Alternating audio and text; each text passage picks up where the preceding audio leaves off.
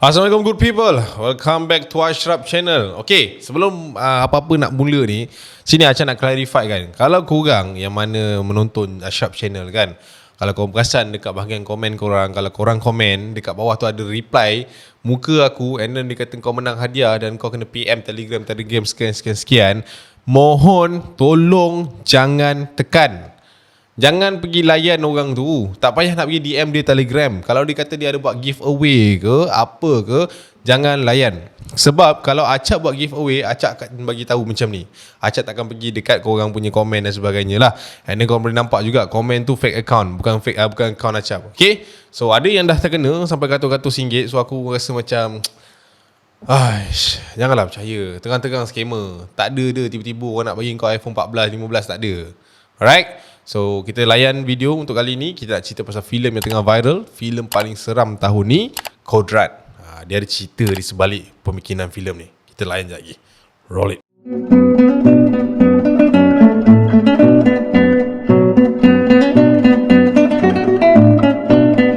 Okay guys, dalam seminggu dua ni kan, aku perasan tau ada satu filem ni, yang filem Kodrat ni lah, yang datangnya daripada Indonesia.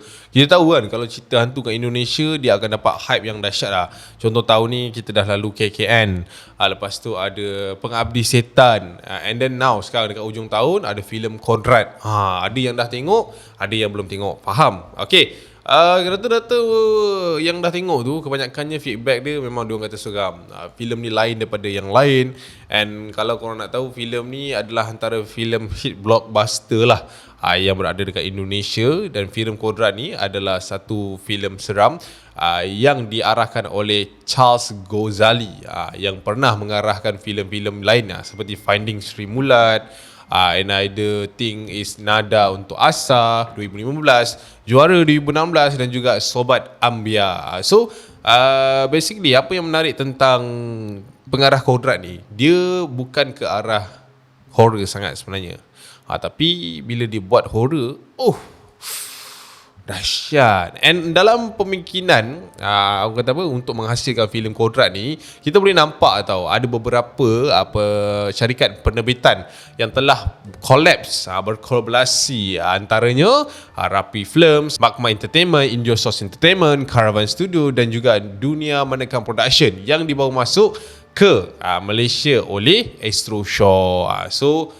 kalau tak ada Astro Shaw bawa masuk ini cerita, mungkin kita tak tahulah ini cerita ada. Sebab aku rasa banyak lagi filem dekat Indonesia tu. Okey, Acap nak ceritakan korang itu sedikit sebanyak lah info latar belakang pembikinan filem Kodrat ni. Okey, untuk filem Kodrat ni, kita ada a few fun fact, yang easter egg lah orang katakan, yang Acap baca sendiri pun Acap rasa macam serius lah kan, ini bukan filem seram biasa-biasa lah. And kalau korang nak tahulah, filem Kodrat ni dia punya synopsis, mana yang korang tak tahu dah kan, which is seorang ustaz, watak utama dia lah, nama ustaz tu Ustaz Kodrat, yang banyak bantu orang tempatan. And dia ni ada kebolehan lah untuk ruqyah, untuk rawat orang, terutamanya yang kena rasuk di gangguan syaitan ni lah. Tapi end of the day, dia ada satu behind side story mengenai dengan Ustaz Kodrat ni, di mana dia gagal nak meruqyah anaknya sendiri yang dirasuki syaitan yang bernama Aswala, sehingga menyebabkan kematian. Okey, fun fact kat sini, ada yang kata Acap ada nampak dekat beberapa media dekat Indonesia, tapi ini bukan sahih lah, Acap tak sure lah, mungkin kabar angin atau teori diorang kan. Ini adalah kisah benar berdasarkan satu kampung yang berada di sebuah kepulauan yang berada dekat Indonesia, di mana seorang ustaz ni, dia dengan cara tak sedarnya telah pun mengamalkan satu amalan yang bukan datangnya daripada amalan agama Islam kita. So dia pun tak perasan. And okay, dia macam ni, dia nak halau setan tu, tapi dia macam tak sengaja, dia dah bela setan tu. And dia dah letak setan tu dekat dalam badan anak dia bertahun-tahun, sampai one day setan tu nak take over badan anak dia. And dia cuba nak lawan setan tu, tapi tak berjaya sampai anak dia meninggal. Itu cerita yang inspiration of yang Charles Ghazali ni mungkin ambil daripada kisah tu untuk dijadikan elemen penting dalam filem Kodrat ni. Dia macam Naruto pun ada lah, bapak dia tanam QB dekat dalam perut dia kan.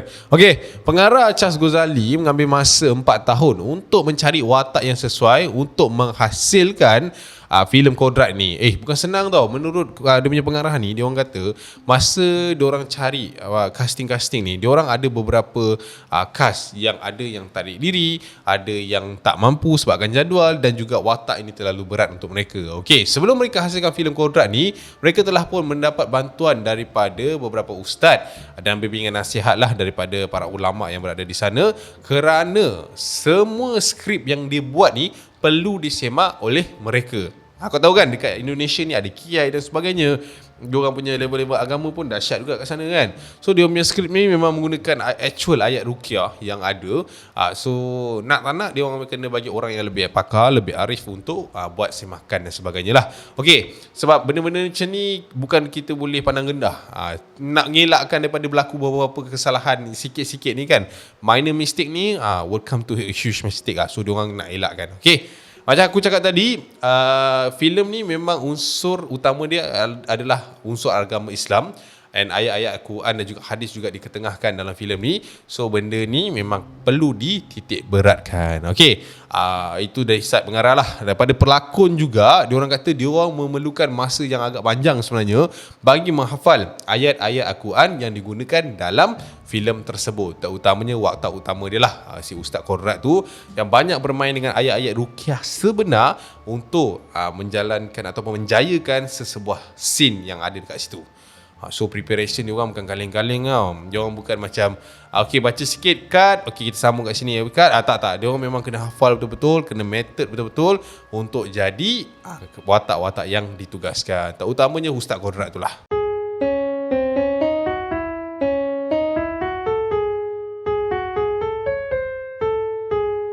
Okay guys, selain daripada tu, aku ada baca juga pasal nama Ustaz Kodrat ni. Bagi aku ni pun fun fact lah. Nama sebab dia orang kata nama Kodrat ni ataupun tajuk filem Kodrat ni diambil daripada nama seorang lelaki yang Ustaz Kepulauan tadi aku cakap kan. Nama Ustaz tu nama dia Tardok, Ustaz Tardok. Kau faham tak maksud aku? TARDOQ, nama ustaz yang tadi itu. So dia terbalikkan je. So jadilah Kodrat macam itulah.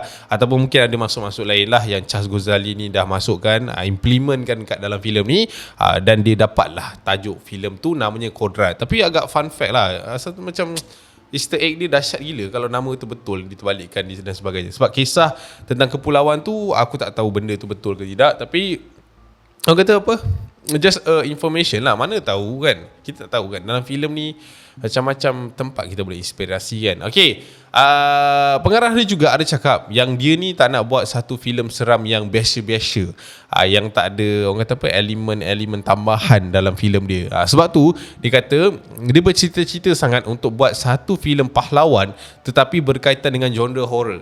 Contoh, aku bagi kau contoh macam cerita Mak Kilau tu kan. Kau tengok dia macam tu kan.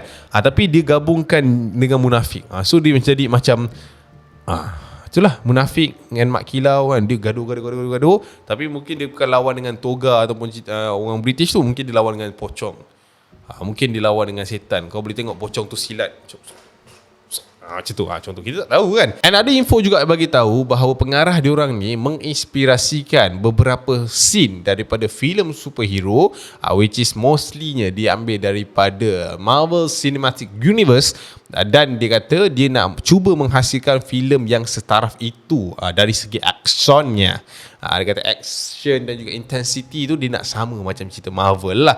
Menurut Charles Ghazali, industri filem Indonesia sebenarnya ingin menghasilkan sesuatu yang baru dalam karya seni mereka. Maka terhasillah sebuah filem Kodrat yang mengisahkan perbalahan antara kaum manusia dan juga syaitan yang sering menyesatkan manusia. Dan Charles juga ada berkata, Kodrat bukanlah sekadar filem orang kata apa yang follow tema superhero Hollywood ni, ngam-ngam, cun-cun, tepat-tepat, tak. Tapi dia kata dia ada ciri-ciri tempatan dan juga sisi lain, terutamanya implement agama sebagai rujukan asas bagi menangani sesebuah konflik. So dalam filem Kodrat ni kita boleh tengok lah yang Ustaz Kodrat ni bukan setakat boleh auzubillahi minasyaitonirrajim bismillahirrahmanirrahim, bukan setakat ruqyah pesakit-pesakit dia je, malah dia boleh berlawan lagi dengan setan tu. So kita pun tak tahulah macam mana dia boleh buka langkah, setan pun ada belajar silat, tak tahulah. So itu dia guys. implement yang diletak dekat dalam filem ni bukannya biasa-biasa.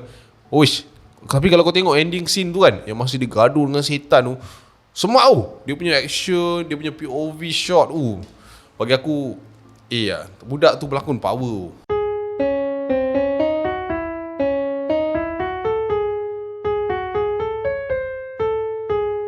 So guys, kita kalau dah cerita pasal filem, of course kita kena cerita pasal lokasi penggambaran dia. Kenapa tempat tu juga yang dipilih? Banyak je tempat dekat Indonesia sana ya. Kenapa engkau memilih ini juga? Ada kata macam tu lah. Tapi dia ada beberapa fakta lah. Okay, so kita nak cerita tentang kenapa kawasan tersebut dijadikan pilihan utama untuk Charles dan juga tim dia untuk menjayakan filem Kodrat ni. Okay, kalau kau nak tahulah, dalam banyak-banyak tempat yang diorang cari untuk buat syuting tu kan, Charles dengan pasukannya telah memutuskan untuk buat syuting di area Yogyakarta, iaitu di Bukit Penglian, daerah Gunung Kidul, dan Kaliurang di daerah Sleman. Di mana mereka kata kat situ scenery dia memang sangat sesuai untuk filem ni. Nampak macam kampung sikit, nampak macam orang kata mundur sikit kan, satu kampung yang perlukan pertolongan lah. And kalau korang dah tengok cerita ni guys, dia ada satu tempat namanya Desa Kober. Kalau Desa Kober ni, dia kata ini adalah tempat di mana Ustaz Kodrat ni pernah menuntut ilmu satu ketika dululah. And di Desa Kober ni dikatakan pada zaman dulu ia merupakan tempat yang dilawati dan digunakan sebagai tempat persinggahan dalam penggambaraan Raden Kamandaka.